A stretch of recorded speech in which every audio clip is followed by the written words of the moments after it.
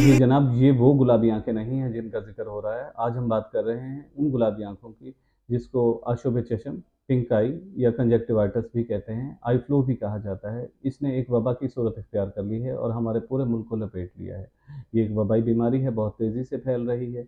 गर्म और मरतूब मौसम में सांस और आँख की रतूबतों के ज़रिए ये बीमारी फैलती है। इसकी अलामात क्या हैं? इसकी अलामात में आँखों की सुर्खी है, आँखों में चुभन है, जलन है, शदीद दर्द है।